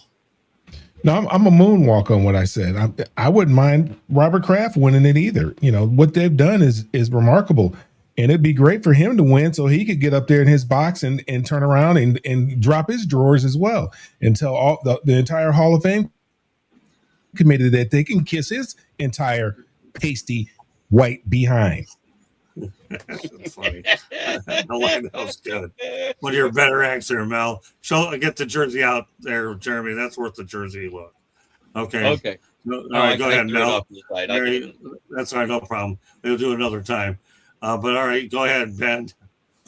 I mean, I can respect what the Patriots have done. I mean, Bill Belichick and Tom Brady, what those guys were able to do during their time together was incredible. But once again, it goes back to what I said. I don't want to see Robert Kraft pasty white behind. I don't want to see that. I think the Seattle Seahawks and what everybody thought would never ever happen again, because when Pete Carroll and the Legion of Boom and Beast Mode left, they thought it would never be recaptured. Coach McDonald is a coach that nobody wants to deal with. So while I can respect what the Patriots have done, and Bill Belichick is not going to be a first ballot Hall of Famer, and Robert Kraft has been told he's not going to be a Hall of Famer, I don't want to see either one of their pasty booties.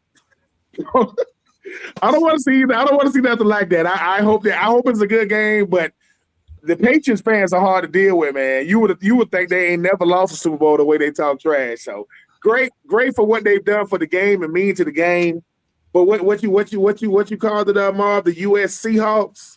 Yeah. I want to see Sam Darnold and those guys, break that thing. This some get back, because Seattle's supposed to go back-to-back Super Bowls against Peyton Manning and Tom Brady, and then obviously Russell Wilson and Pete Carroll messed that up. But yeah, respect the Patriots, but they're going down. I hope they go down. Okay. Well, like I said, NFL history to be made, right? One way or the other. All right, go ahead, Marvin. Yeah, what the Patriots has done has been remarkable. Again, it goes back to leadership matters, alignment matters. And for a long time, they had their head coach and they had their owner and they had the GM and they had their quarterback. And regardless of whatever drama was going on, them dudes was professional and it was about winning. And they did that at a high level. And now with Belichick gone and Brady gone, Kraft finds himself again back in the Super Bowl. And again, he's one of the common denominators here. Leadership matters. So I think it's historic. I'm a Jet fan. I'm a New York sports fan who absolutely despises everything Boston, but I still could be objective and recognize greatness. He's been one of the great owners of his era, period. And this whole situation is historic. Okay. Well, bottom line is history will be made on Sunday. No matter. Final topic, then we go to parting shots. Patriots multi-Super Bowl champion pass rusher Willie McGuinest discussed Spygate allegations against the Patriots. He said, if we knew your signals and plays, we would have won 8 blank Super Bowls. Do you think Spygate actually happened, Jeremy? Well, considering they did an investigation and they said it happened, I think it did. What are you going to say? The NFL investigated them, found evidence, and made the suspensions happen and fine. So yes, it happened. So do you agree with McGuinest? They would have won 8? No, because they won 8. They would have won 8. I'm exactly. sorry. It's a double-edged sword. Okay, Steven. Yeah, it's more posturing from Willie. We know it happened. I mean, even more so, like they're not the only team that did this. Like when we were hearing all the nonsense talk last week when Belichick didn't get in the Hall of Fame, like and they were trying to cite Spygate as the reason of making him pay penance. Jimmy Johnson came out and was like, listen, we used to steal signs too. We used to record people's practices too. Like it wasn't like this is a new thing that was going on. It's just the level that it was going on and what they were going through was something the NFL had never seen before. And yes, it absolutely happened. Fines, suspensions, etc. were levied. They were punished. It happened. It was a real thing. You can't talk that away. So them winning eight. I agree with Jeremy. They would have won 8. I don't think but I won't put it all on the other 6, and that's the reason why they won. I'm not gonna listen. Knowing the plays or not, like a lot of times, guys on the field call plays out, and then what happens? You check out of it, you audible out of it. It's not always going to help you in some certain situations, and sometimes you know what's going on. Run a play, then run a variation off of that to bust something out on an offense, on a defense. So I don't think it holds as much weight as you think it is. It's win, lose, or draw. But I mean, to sit there and say it didn't happen. I mean, who you lying to? Who you lying to, Willie? Come on. The only thing I'll say about it, and I want to make it rapid fire the rest of the way so everybody gets their parting shots in. Willie McGuinest is blowing off a little bit of heat. That's all he is. Obviously, that's why he said they could have won 8 Super Bowls. Take it for whatever sort of candy. Blowing off steam. I don't know that they could have, but it happened. They owned up to it. They didn't own up to it, but they were investigated. It tarnished their reputation, but they did it. So they were fined, and we need to put it past them. Okay, Mel. I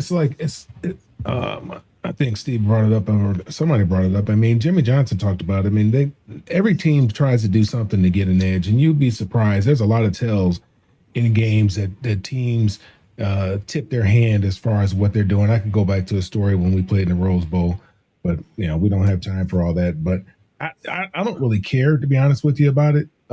It's over. It's done with. I mean, that was, I don't know how many years ago. Mangini, I think, ratted him out when he got the New York Jets job. He didn't want them to do that to him, and he ratted out his boss. Which it says a lot about Mangini. But I really don't care, because everybody's looking for an edge. A lot of these guys watch film, and there's certain tells. Every team has a tell. And if you're a really good coach, you'll be able to pick those things up. Hey, Ben. Yeah, I mean, Willie McGuinest, he was going off. I mean, Willie trying to act like, we don't remember this stuff. The only thing I don't like about the whole situation was Roger Goodell didn't show us what they did. They burnt the tapes.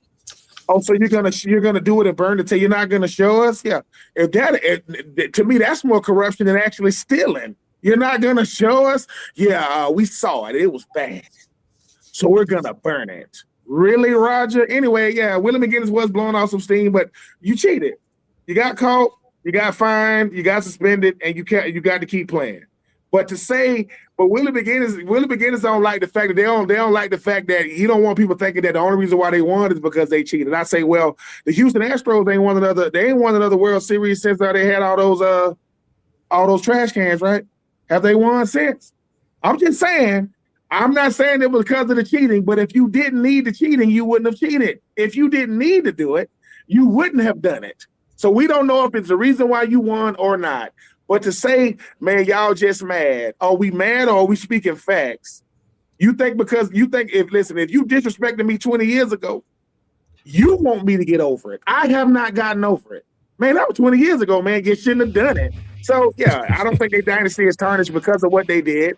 But that is why they are the evil empire. And we need to make sure they are dethroned. They don't need to win anything. They've won enough. They've won 6. That's enough. Okay, let's see if you can win without you. You lost to Eli. So you probably should have cheated when you didn't. You lost to Eli twice. He broke up that undefeated season. So yeah, Willie, I respect you, but come on, bro. We remember.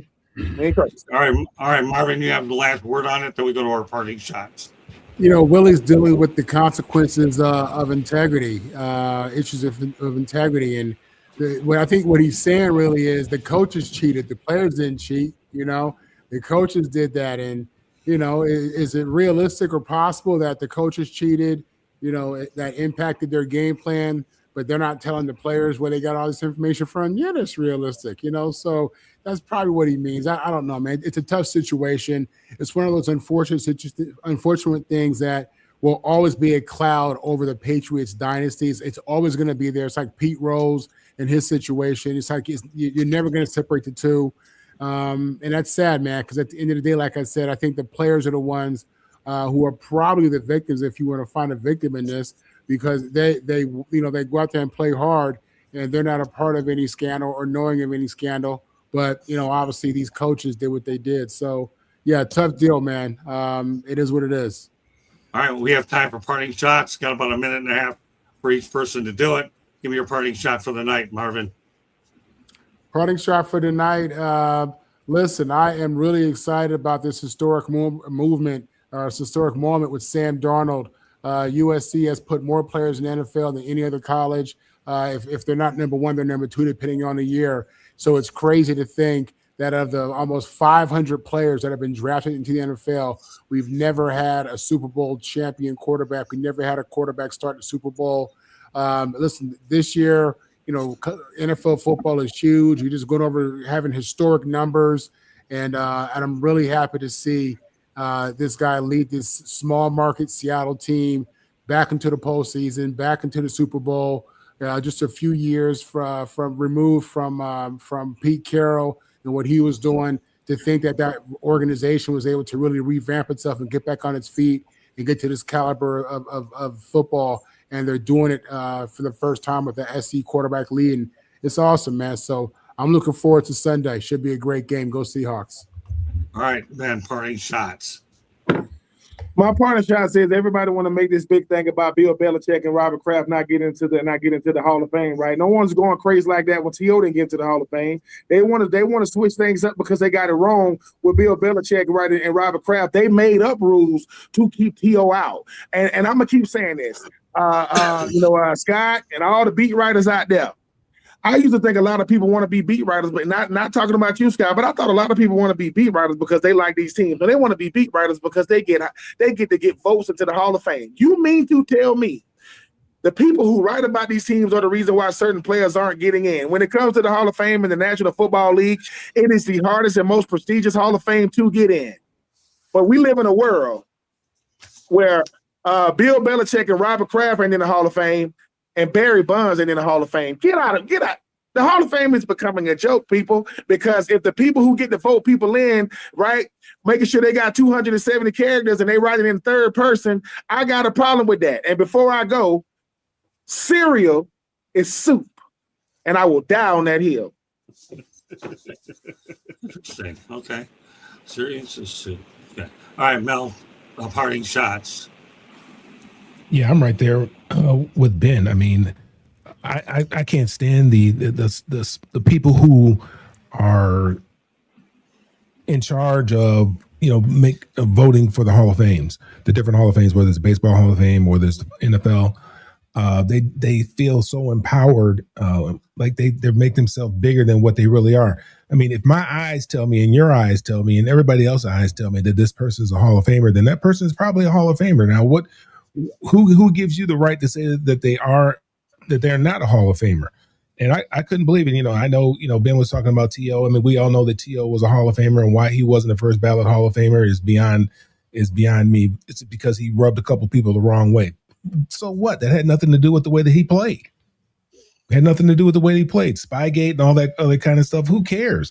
This guy, Robert Kraft, what he's done, that franchise has been this gold standard of franchises for the better part of 30 years. And he's not a first ballot Hall of Famer. He's been to more Super Bowls than any other owner. He's tied for the most Super Bowl wins ever. And he and his coach can't get in the first time. If they're not Hall of Famers, then there shouldn't be a Hall of Fame. Okay, fair enough. Candy? kudos to the LaFleur brothers for being brothers that now are head coaches, just like the Harbaugh brothers. Okay, very good. I like that. That may be a future topic, but glad you whet everybody's appetite. Go ahead, Steven. I got a few little things I want to back off onto it. I know we are all talking about the Hall of Fame, and I'm definitely looking forward to who gets in. And me, Ben, and Marvin talked about this last week, and I did hear something from one of our Hall of Fame voters as to why we are not seeing them get in. It's because the NFL decided in their great wisdom, the Hall of Fame, that they're going to lump in the senior committee with the coaches and the executives is all one category. So when you have a senior class that has over 7 guys in it, more than a handful, it's their last years to get in.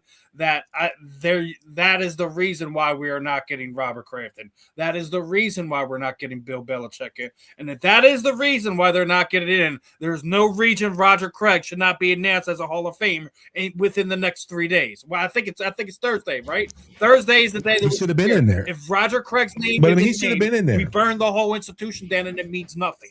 It means nothing. Yeah, he should have been there. Yeah, absolutely. We've been on. Me, Marvin, Ben, we've been beating on this drum for almost a year now. So that I think he was the first running back to go 1,000, wasn't he? He was the first. He was me and Marvin, we were talking about this. He is the first one, 1,000 yards rushing, 1,000 yards receiving. He's been out of the league for 30 years. There's no reason why he's still standing there. So, and Eddie's right. It needs to be separate. They need to have their own vote, the senior committee, outside of everything. The executive should be put in another aspect of it, and then your current eligible players. You need to break it all apart. There shouldn't be a thing in there like, well, you can either vote for the senior committee members or you can vote for the head coach and the executive class. That's total nonsense. Other than that, my partner shot, what I'm looking forward to, we got a great lineup this week as we're going to be joined by Temple Owls offensive lineman, team captain, Mr. Eric King's going to be joining us tomorrow. And we also have a special interview Thursday afternoon with wellness expert David Schmidt. It's going to be a fun week, and then obviously, I'll be covering Knucklemania B6 BKFC here in Philadelphia. But weigh-ins and the event Friday and Saturday, so it should be a fun event. They have rebroken the combat sports attendance record because they have sold over 20,000 tickets. They sold over 17,000 tickets last January when they held their first event there at the Xfinity Mobile Arena. So it's going to be a great weekend. It's going to be a great week for content here on the South Florida Tribune. That's my parting shot for you guys. Very good. Okay, Jeremy. Well, he kind of stole my thunder. I was going to talk about the beat writers that actually said they were voting for the last year guys getting in versus the guys they know will get in the Hall of Fame, whether they're first ballot or not, which is all 3 of the ones that got snubbed by the post that I seen in the NFLnetwork.com, which was Bill Belichick, Robert Kraft, and Eli Manning. They all said that was a huge snub, that the 3 of them did not get in. And I actually agree with the beat writer that I would have taken those last eligibility guys that have their last chance to get in that deserve to be in. And I agree with Steve. It should be Roger Craig and Torrey Holt and a couple of others that was in that group that should get in. How's Elsie Greenwood still there? Right. That's the one we mentioned first. Right. I said 2 minutes, not 2 hours. All right. Well, I don't mind stretching a little bit. Candy still at the station break, right, Stephen? Okay, that's why I just want to send a special thanks to Molly Middleton, who did a great job accommodating the South Florida Tribune in Mobile, Alabama, and we had a really good time there. Looking forward to making that a regular annual event for us. I got 20. If you wonder why my voice is a little raspy, and I had a very big crew helping me out a little, so I wasn't going to lose it tonight. I had 6 people letting me throughout the day, you don't have to lose your voice on this show. I was getting it from all angles, and leading the charge was Bright. So if that wasn't good enough, I was getting it from Troop on the back end. It's okay. We can do this. Save your voice. Save your voice. You know it got to work out over the weekend. 24 to the tune of 24 times. Molly Middleton, I don't know if you're out there listening. We'll make sure we get this tape to you. We got a lot more. I told her we got a lot more stuff coming down the pipeline until April and May, Mal. So I got a story to be written as well on the Senior Bowl. Great experience. And if you've ever been to the University of South Alabama Jaguars campus, that's actually a nice little campus down there out in South Alabama as well. All right, so great job by the group. But Candy, go ahead and give us a station break and promote the book. South Florida Tribune Publishing Company published a book, Lessons from the Microphone, Tuning into the Enduring Wisdom of Visionary Leaders. It is written by our host, Scott, the Motor City Madmouth Morganroth, talks about his 40 plus years in the media business and how it has evolved and changed over those years. Get your copy today. It's available on Amazon, Barnes & Noble, Kindle, Google, and Apple Books. It's also available wherever you get your audiobook as well. There's also a link on our website, www.southfloridatribune.com, where there is a plethora of great content. In fact, I would highly recommend you go to our website and check out Jeremy's columns. He's been writing about all kinds of draft prospects, and I'm sure he'll talk a little bit more about that, but go check it out. The other thing is, if you like to listen to podcasts, you can find us wherever you get your podcast. One last thing, if you see that red subscribe button in that lower right-hand corner, that means you have not yet subscribed to us. Please do so. I don't know what you're waiting for. Click it, like it, share it with all your friends and family, and then turn on your notifications so you're notified every time we go live. You don't want to miss a show like this. All right, Ben, I don't know if you sent us a link to your book at all. Have you sent it to us? If you haven't, please do so, and we'll put it on the homepage, and they can get your book off our website as well. That's what happens when you have a Mercedes handling the back end, okay? And you have a motor mouth like me talking about the front end, okay? You follow me? Contrary to what it is. I wouldn't know about no Mercedes handling the back end. We got a box Chevy handling my back end. That's why it ain't working. Well, okay, we got a roll call or whatever you want, Rolls Royce, Mercedes. All I do is carry this stuff out and try to make sure we get it right. So, Ben, I don't know if you have a link on our website, but you're going to get one. Marvin, obviously, he looks at me as his coach, and we have a lot more to do, don't we, Marvin? Don't we ever, brother? Yes, we do. Yeah, we got started tonight. We get 2 tomorrow. We got another one on Sunday. I got 3 tomorrow with you. With South Florida. Yeah, you do. 2 with me on the back end and whatever you're doing with these other guys on the front end. Great show tonight. I enjoyed it. I'm going to get a little feedback while we're live here. Some feedback about the parting shot format. Did that work for everybody tonight? I like it. All right, get used to it. Tom Shanahan, I don't know if you were watching it. So that'll be the new code words there, parting shots. So get it okay what they want. I'll make sure we get our hay out of the way. All right, there you go. Not a lot of caffeine today, but at any rate, good show by everybody. And looking forward to continuing this format until the day I can no longer do this, and I'm trying to put that off as long as I can. So great job by Jeremy. Great job by Steven. Great job by Candy, Marvin, Ben, and Mel. And yes, my voice lived to see the end of the show. So, all right, Jeremy, have one last thing you'd like to get off your chest? All right, Jeremy, you have one thing you always like to say when you end the show. Go ahead and give it to this group. Try every day to be a better person than you were the day before. It's the only way to make the world a better place. It starts right here. Much love, everybody. All right, that does it for us. We got a lot of programming the rest of the week, so I hope you can stay tuned. You get ready for the Motor City Madmouth and Marvin on the mic show. That'll be around 8:00 p.m. Eastern time. So that does it for us tonight. So take care, everybody, and have yourself a great night. And thank you very much for joining us. Bye now.